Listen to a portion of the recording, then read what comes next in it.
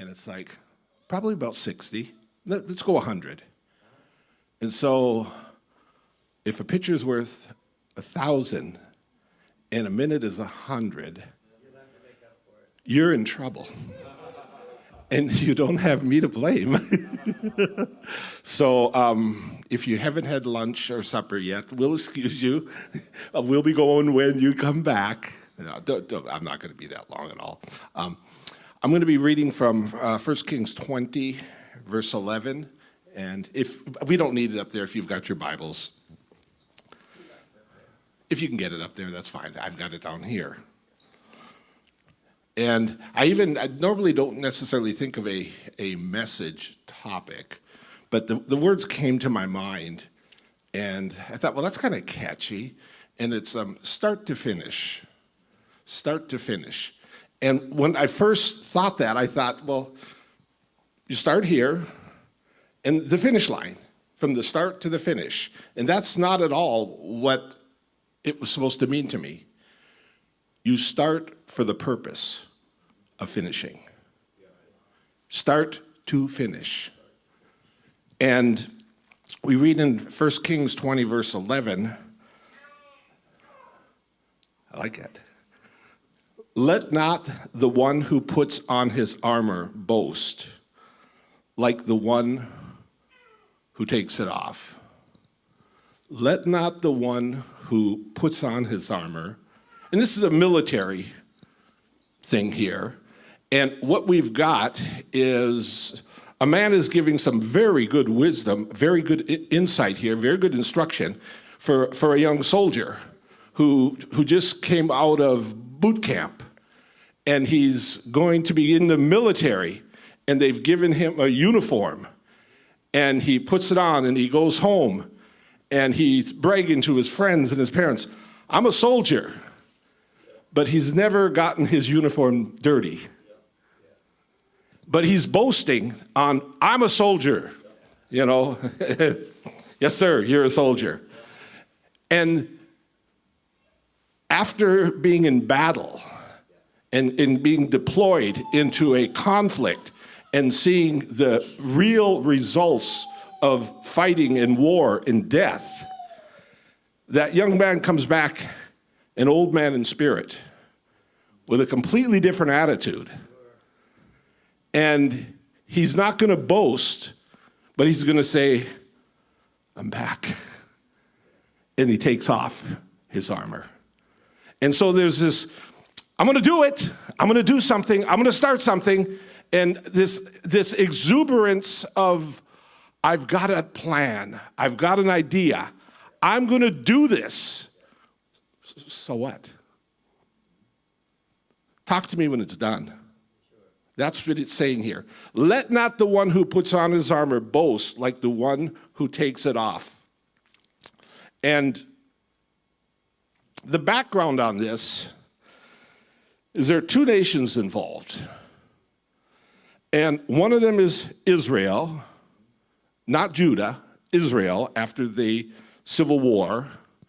And the other one is Aram, A-R-A-M. Now, that's the old ancient name for this country.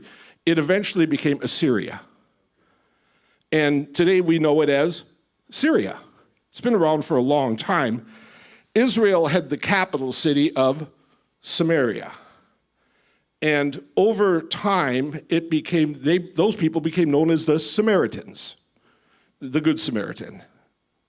And according to a lot of the people in that area, there were no good Samaritans. And that's why when Jesus gave that parable, and he said, well, there was a good Samaritan, everybody choked. It's like, you got to be kidding me. You know, a good Samaritan, you know. And Aram, or Syria, has the capital of Damascus. And these two peoples have a lot in common. It's like two branches off the same tree. If you go back to the Table of Nations in Genesis chapter 10, you're going to see that Noah begot Shem, and Shem begot Aram. He had 5 children, and one of them is Aram. So this Assyria, Syria today, Damascus, goes all the way back to the flood. We can trace it all the way back to Noah. You can't do that with Bergland. Maybe with Schoonover. I'm not sure how far you can go back with that. And so we go from Noah to Shem to Aram. But if you continue, you're going to find that Arphaxad was another one in that genealogy. And you trace that down, you're going to get to eventually Abraham. Now, Abraham comes from the same lineage as Aram. As a matter of fact, the names are almost identical. A-R-A-M, Aram, and Abram, A-B-R-A-M. And what the difference with the B is you get A-B, Ab, Ram, which means Ab in the Semitic language is father, Abba, father. It means exalted father. And Aram means a high one, exalted. So these two peoples have a lot in common. They share common linguistic culture. They share family stories together. And they actually developed very much in the same area. Aram in the one area, which became Damascus, and finally Abraham ending up in Canaan land. I was talking to my wife about this as I was putting this together, and I was looking at where Aram settled, and he went to a place that I'm very familiar with, Padam Aram. We all know Padam Aram. And I'm like, yeah, okay, I know that. Well, I haven't really talked much to my wife about Padan Aram. You know, I know you're chuckling. You and your wife probably talk about this stuff all the time. You know, I haven't had that conversation with her. And so we were sitting there drinking coffee, and I said, I'm studying a little deeper about Padan Aram. And she says, oh, I know what that means. Field. She goes, that means field. She says, yeah. And I said, yeah, I speak Indonesian. The word Padan in Indonesian means field. So I looked it up in my dictionary to find out what is this in the Bible. It's the field of Aram. I didn't know I was married to a Bible scholar. We're going to talk a lot more about this stuff. It's amazing how, as we research and learn about this stuff, that it really is a part of our world today. You know, some people, they'll say, well, you know, the Bible is a bunch of stories and it's fiction. Somebody made this stuff up. It's so deeply entrenched in so many things in our world that you cannot pull the Bible out and make sense of a lot of things. The Bible is real. It's real, and it shows up in things like that all the time. So Padan Aram, if you study the Old Testament, there's a story there. Abram, when he was Abram, he was given a promise that he is going to become the father of many nations, and he gets a name change and becomes Abraham. Eventually, him and Sarah have a child named Isaac. And Isaac reached the age where he should take a wife. And so the servant was called, and Abraham said, we got to find a girl for that boy. Do not let him take a wife from the people here in Canaan. He didn't want him to go back to where he came from, which was Ur of the Chaldees. Send him to Padan Aram. Send him to the field of Aram. Why? Because that's where my brother lives, Nahor, and he has a son named Laban. And we can find a girl or two or four. There must have been a really good crop of girls that year. That's the only thing I could figure. And so he goes there, and eventually Rachel, Leah, and you know the rest of the story. So again, the culture of these people is tied so close together, linguistically, family-wise, and even stories that they would tell about their ancestors. Aram became Assyria. Assyria carries Israel into captivity. That happened. Several years later, Babylon carried Judah into captivity. And I can't help but think, when God allowed these things to happen, isn't that interesting? That they were brought back to those places where they originally have their connections. I'm just giving you some background so you understand the story. I want you to have this background. Now, if you've already been a deep student of the Old Testament, you know what I'm talking about. You're probably half asleep by now. Greece eventually conquers Assyria. Okay? And so Greece, Alexander the Great, moves into that area, conquers Assyria, goes almost all the way to India, all the way across what is today Iran, Iraq, and all of that. And Greece is a very powerful country. It's been known for its government, for its military. And some of us like to dabble in Greek. But Greek as a language is really not that popular.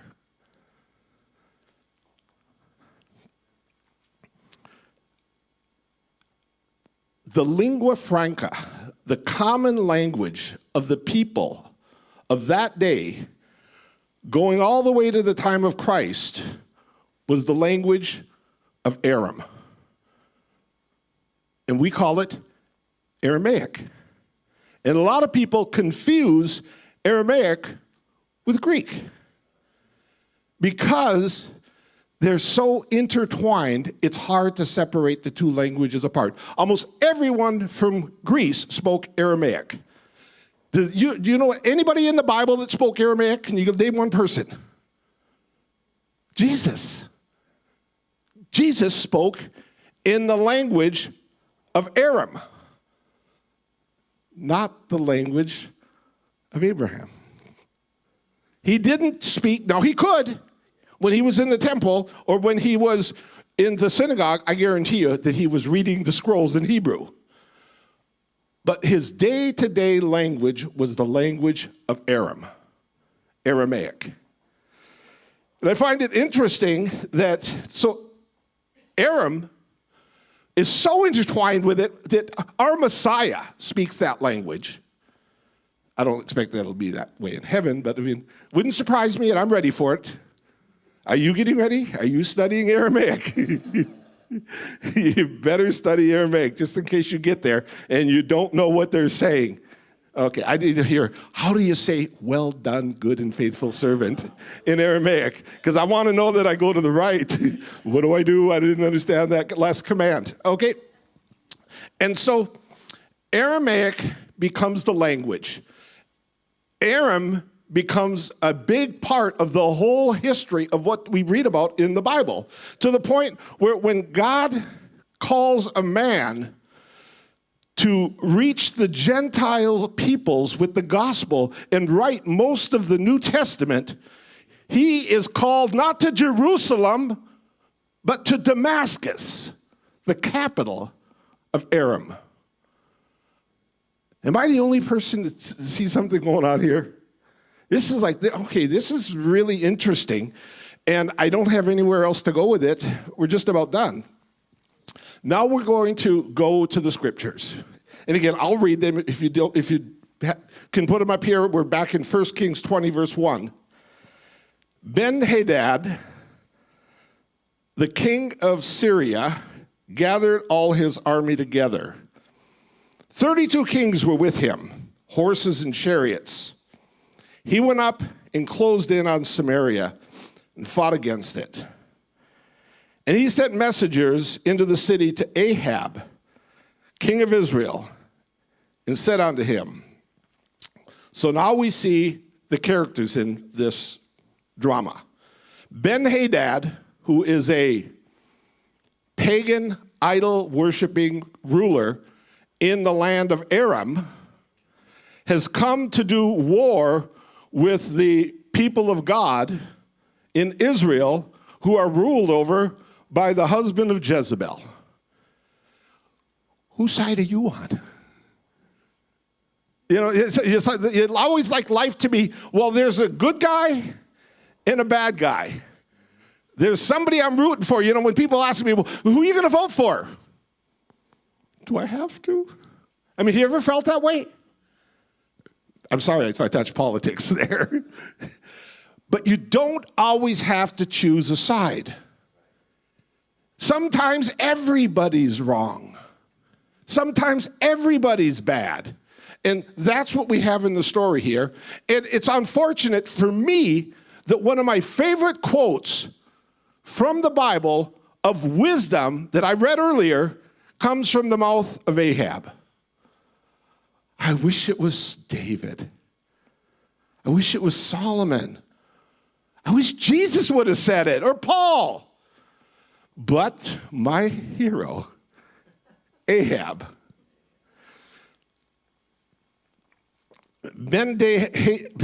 Ben-Hadad says, your silver and your gold are mine. Your best wives, you getting this up there? Yeah, you get to see this too. Your best wives, I gotta say that again. Your best wives and children also are mine.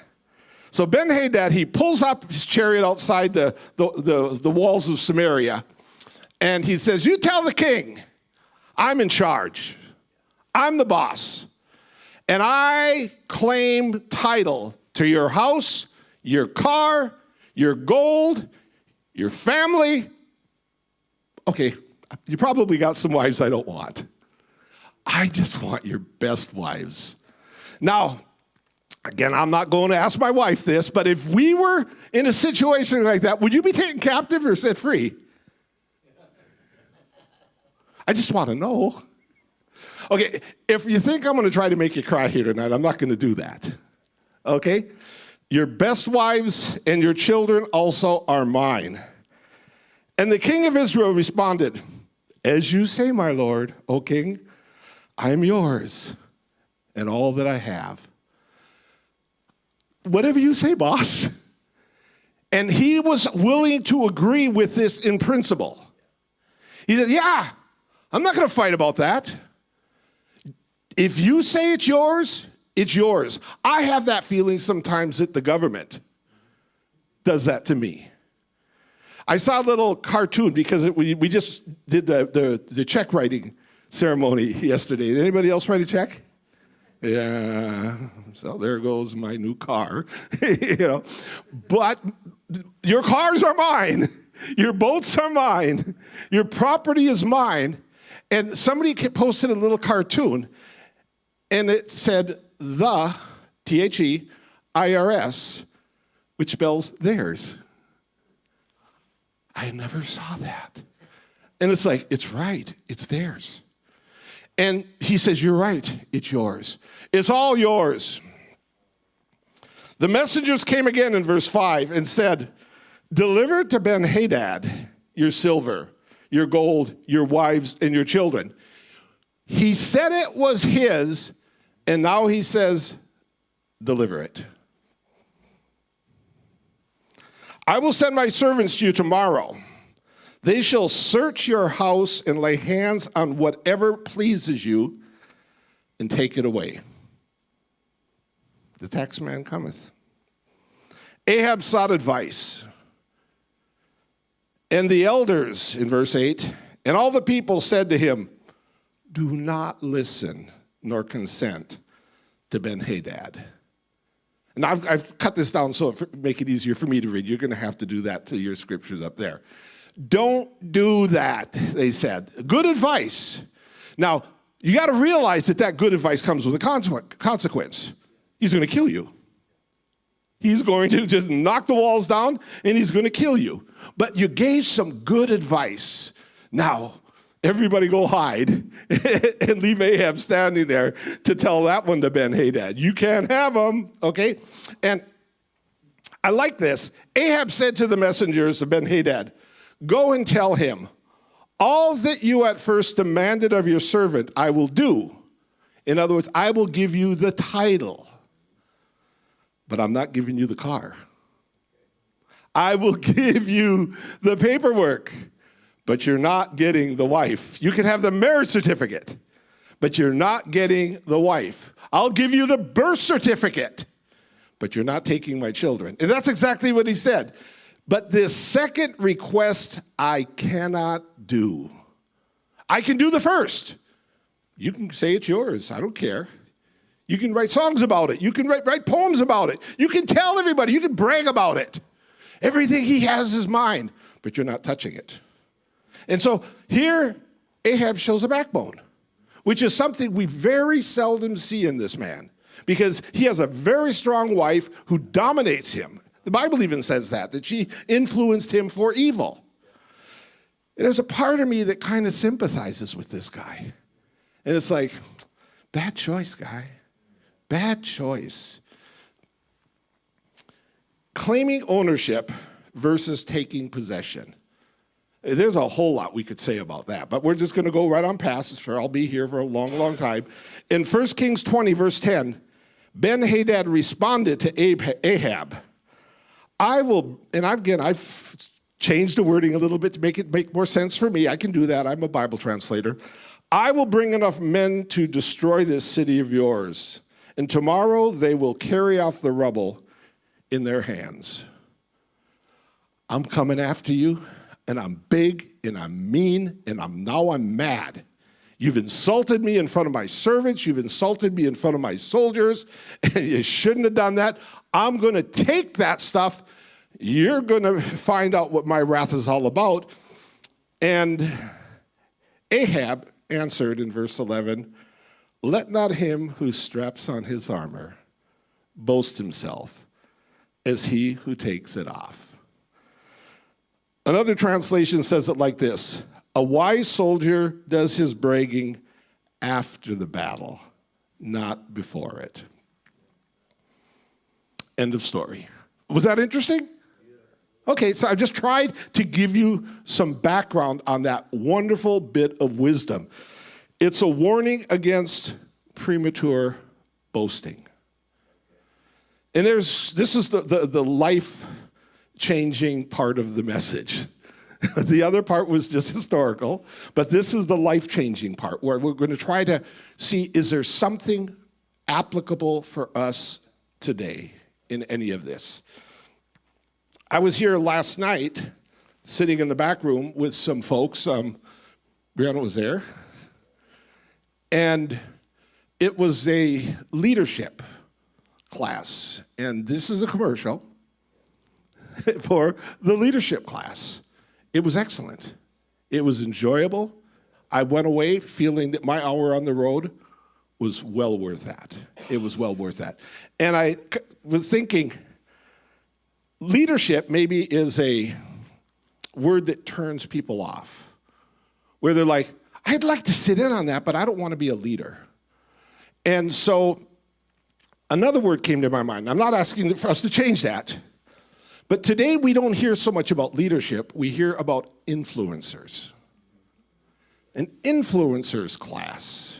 So if you can't buy into wanting to be a leader, would you like to be an influencer? Now, we see influencers on the internet where they will show their clothes, they will show their product, they will show their skills. And I was talking to Brother Schoonover, and I said, it's interesting to me that you can put together a multi-million-dollar Hollywood production and stick it out there on YouTube, and nobody will watch it. But you're going to get some 17-year-old kid in blue jeans that doesn't even talk the English language right, and he's got 1 million hits.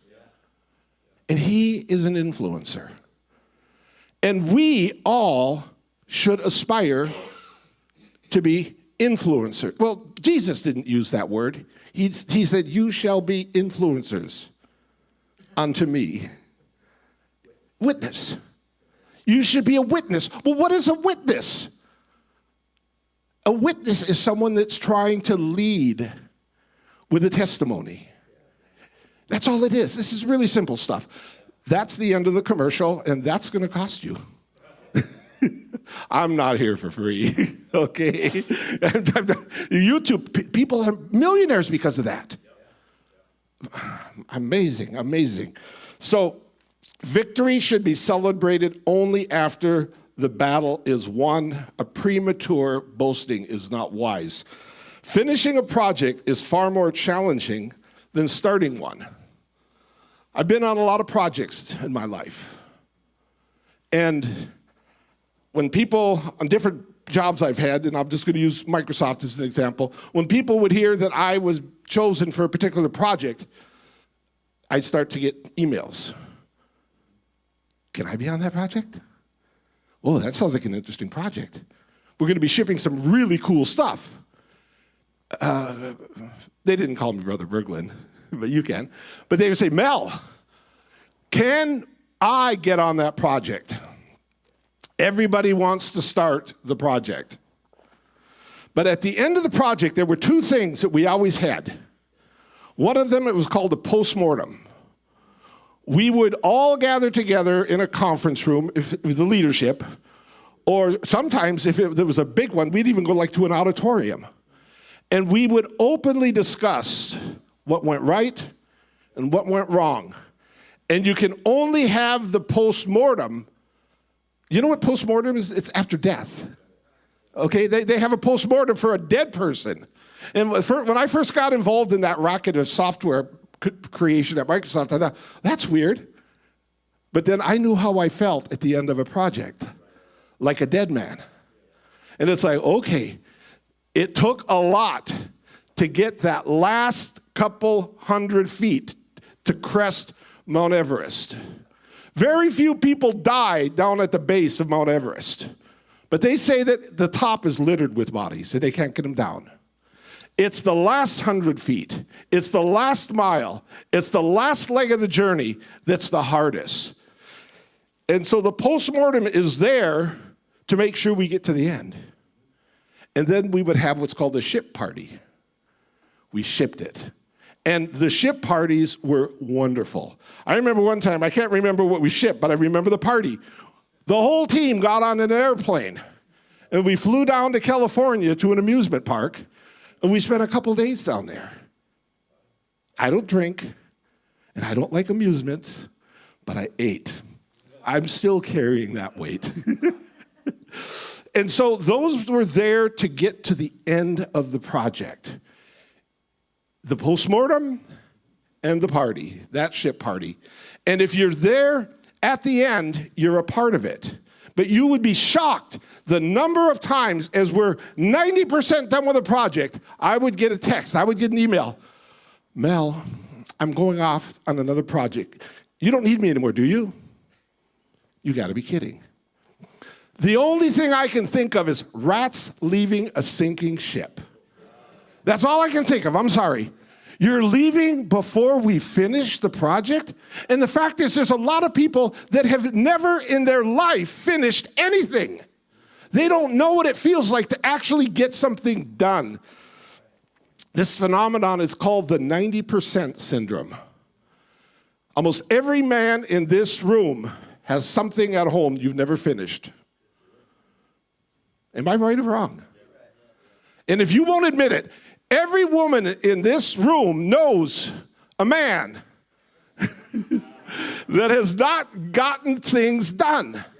Now, if you're a carpenter, your house will never get finished. It goes for every profession. Getting things done is so hard.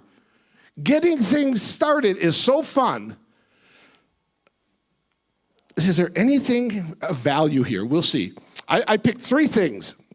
Noah and the ark. God told him, I want you to build an ark. That's the planning stage. Make it out of this type of wood, make it so big. Okay, and they're strategizing. Cutting. It says the long suffering of God waited in the days of Noah, while the ark was preparing. So the angels go into the throne room, and he's like, what's the matter, Lord? Noah. The long suffering of God. The long suffering. God suffers with our procrastination. Oh, think about that. Our procrastination doesn't just make our wives upset. God feels it. The long suffering of God waited.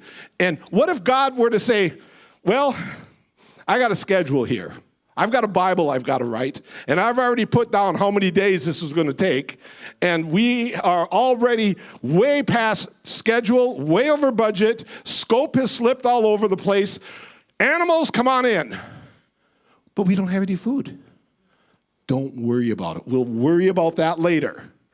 Animals are coming in. We're closing up the door. The door is closed up, and animals are going out the back hole. Well, we don't have all the planking up yet. Don't worry about that. We'll get to that later. And the rain's coming down, and the ark tips over sideways, and everybody dies. End of story. Imagine if the ark hadn't been finished. It had to be finished. Solomon is going to build the temple in Jerusalem. And all the material has been prepared by David. The gold, the silver, the wood, everything. The laborers have been trained. They've got all the stuff ready out at the quarries where they're chopping the stuff and cutting the stuff and shaping the stuff. And all you got to do is put it together. It's like a Lego kit. Just put it together. They didn't even use nails. Everything snapped together, just piece by piece. And he reaches that point where it's like, good enough. Good enough. We used to always say that they'll never see it from the road. They'll never see that from the road. You know, it's that last piece of siding on the back of the house. You know, that one window that you never got framed in right, you know? Or if you got multiple bathrooms, it's the one without a toilet. It just, Ken, you're looking so guilty. I don't know what to say. And so now they're going to start offering sacrifices. And God says, no. No. It's an abomination.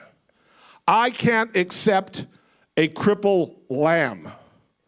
Do you think I'm going to accept a 90% temple? It's not a temple until it's dedicated. Nehemiah, Ezra, and Haggai, three very important people in the Old Testament. They're working to restore the walls, the society, and the temple. The walls, Nehemiah has that job. It's our spiritual defenses.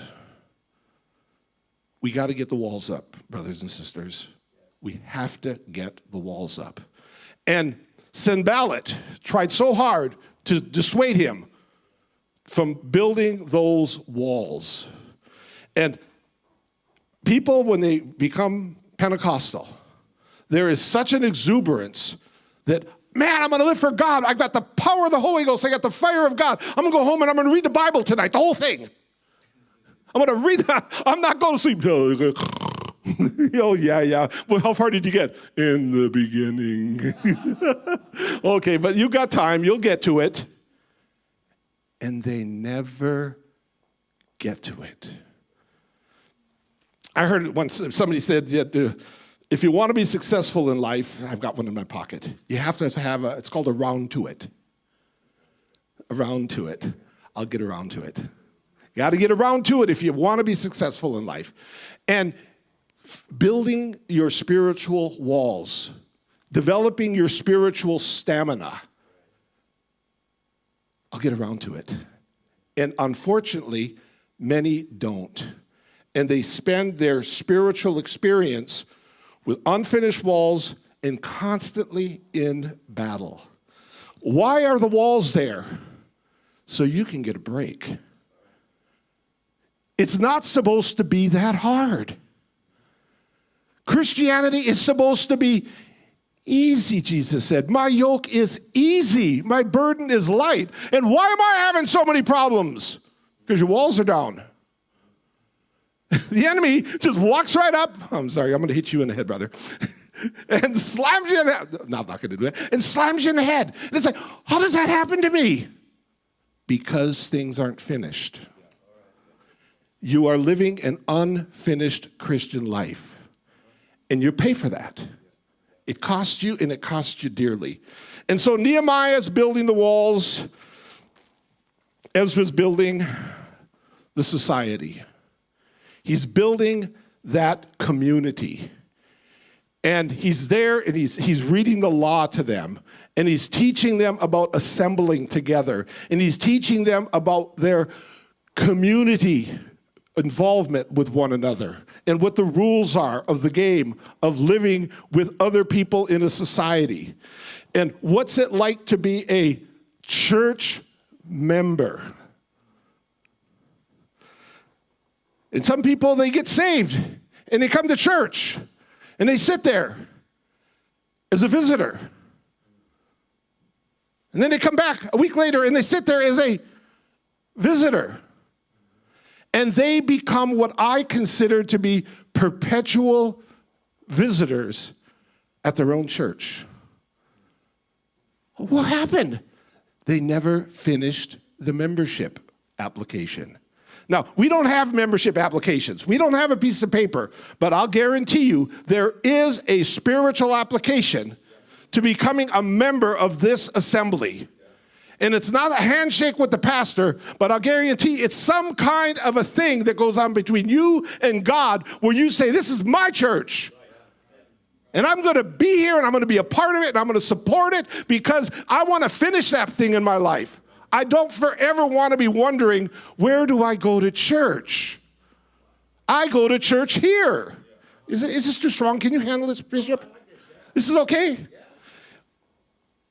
We live in a society where people really struggle with membership. Membership. But you know, when you become a member of something, it changes you. You're going to take on the feeling, the appearance, the attitude. Maybe they've got a pledge. Maybe they've got a motto. Maybe they've got some sort of a secret something. I don't know what it is. But they know you and you know them, and there's no doubt about it. I'm talking about finishing things. It's so easy to start coming to church. But so hard to nail this thing down. And then Haggai was he was in charge of the spiritual aspect of getting that temple built. That's our godly relationship. That's our communion with God. And you've got to have something going between you and God. And I don't want to say how you have to pray. I'm not going to tell you how you have to read your Bible. I'm not going to tell you how you have to feel about God. But you know better than I know. You got that or don't you? Do you have that or don't you? Does God commune with you? Do you commune with God? Do you feel like it's okay between you and God? Or are you worried about that? You shouldn't have to be worried about that. If you're afraid of going to heaven, I'm sorry, where did that come from? I don't even want to use the word in church. If you're afraid of going to hell, something's not finished in your life. Because the Bible says, death hath no fear. You can't be afraid to die. You can't wonder and worry. If I see God, I'm not sure what he's going to do with me. You better know what he's going to do with you. You have to have that finished in your life. Oh, I'm pretty much done here, but just wait a minute. Haggai told the people that were procrastinating on building the temple. They got involved in other stuff. They never finished it. He said, consider your ways. Consider your ways. And then he starts to say, you work hard, but you never get anything done. You try to save, but you never have enough. Your life is falling apart. no matter how hard you try. And the best analogy I've got is an old car that really needs new plugs or something like that. It doesn't have to run that rough. It doesn't have to blow that much smoke. It doesn't have to burn that much gas. But you got to tune that thing up. You got to tune that thing up. Consider your ways, the way Haggai said it. Ecclesiastes 9:10, and I'm gonna close with this. Whatsoever thy hand findeth to do, whatsoever thy hand findeth to do, do it with thy might. That's what I'm really trying to say here. That's what the wisdom of Ahab, and I wish it was the wisdom of somebody better, but even the devils believe and tremble. You can learn from them. We can learn from Ahab, Bishop. Not a picture. Wow. I see pictures all over the place. Praise God. Thank you.